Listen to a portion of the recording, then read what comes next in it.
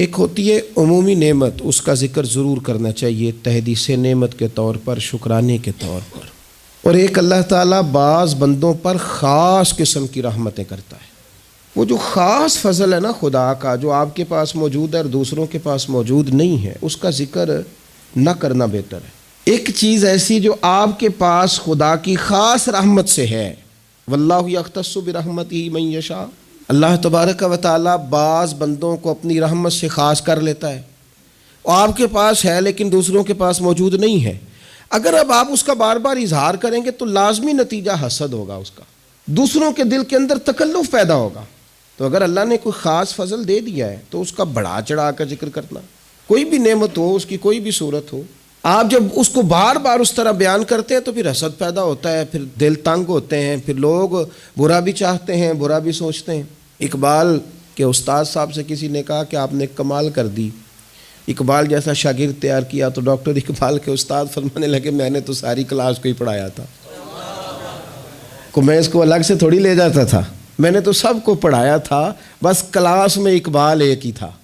بعض اوقات بندہ ایک ہی ہوتا ہے، اسی ایک بندے پر کسی خاص انعام کا ہونا ہوتا ہے، لیکن اگر وہ خاص انعام آپ پر ہے تو اگر آپ اس طرح بیان کریں گے کہ دوسروں کی گردنیں جھکیں اور دوسرے خیال کریں۔ حضرت یوسف نے اپنے والد کو خواب سنایا ہے کہ میں نے خواب دیکھا ہے، انی رأیت احد عشر کوکبا والشمس والقمر رأیتهم لی ساجدین، میں نے دیکھا ہے کہ ستارے، سورج، چاند مجھے سجدہ کر رہے ہیں، ابا جی میں نے خواب دیکھا ہے۔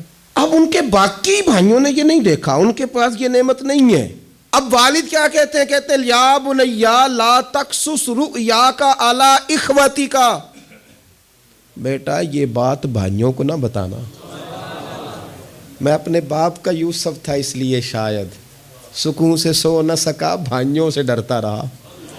لا تقصص رؤیاک علی اخوتک، بیٹا بھائیوں سے بات نہ کرنا، فیکیدوا لک کیدا، ایسا نہ ہو کہ وہ کوئی چال چلے، معاذ اللہ۔ کیوں چلیں گے وہ چال؟ ان الشیطان للانسان عدو مبین، اس لیے کہ شیطان آدمی کا کھلا دشمن ہے، ان کے دل میں بات ڈالے گا کہ تم بھی تو حضرت یعقوب کی اولاد ہی ہو، تمہارے پاس کیوں نہیں؟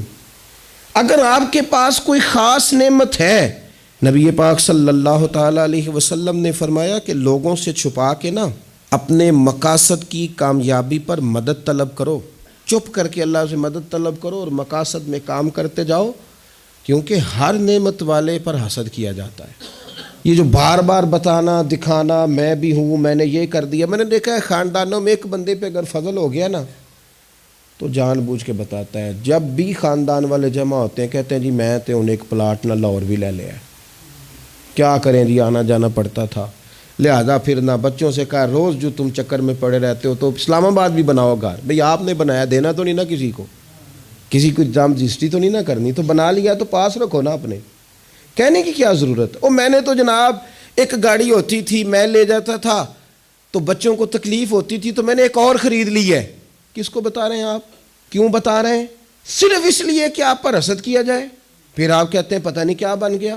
کیوں اس طرح اظہار کیا جاتا ہے اپنے رازوں کا؟ اگر خدا نے کوئی چیز اپنے فضل سے دی ہے تو بندہ کا اور اللہ کا معاملہ ہے، اور اگر ٹہنی پر پھل زیادہ آئے تو اسے جھکنا چاہیے، نعمتیں زیادہ آئیں تو شکر بھی ادا زیادہ کرنا چاہیے۔ اور میرے نبی پاک صلی اللہ علیہ وسلم نے فرمایا اگر تم پر نعمتیں بڑھ جائیں تو تمہاری عبادت بڑھ جائے، فرمایا تم تھوڑے رزق پہ راضی ہو جاؤ، رب تمہاری تھوڑی عبادت سے راضی ہو جائے گا۔